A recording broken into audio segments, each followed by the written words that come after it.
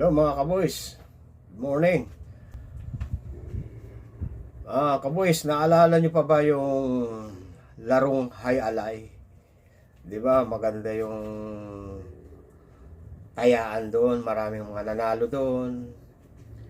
Ewan ko ba ba't nawala yung High Alay? Pero alam mo, ang nagtatag pala noon, apat sila. Amerikano, Incheck, Hapon, Pilipino.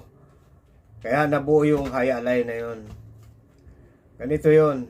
Naglalaro sila ng baseball. Baseball, yung apat na magkakasama sinerve nung Hapon yung bola sa Pilipino, binat nung Pilipino. Di sa pole yung bola. Nakita nung Amerikano yung bola, ang taas. Sabi niya, high. Mataas daw, high. Sasaloy nung Incheck. Hindi nasalo nung Incheck yung bola, tumama sa ulo niya. Alay. Yun. Doon nabuo nila yung High Alay.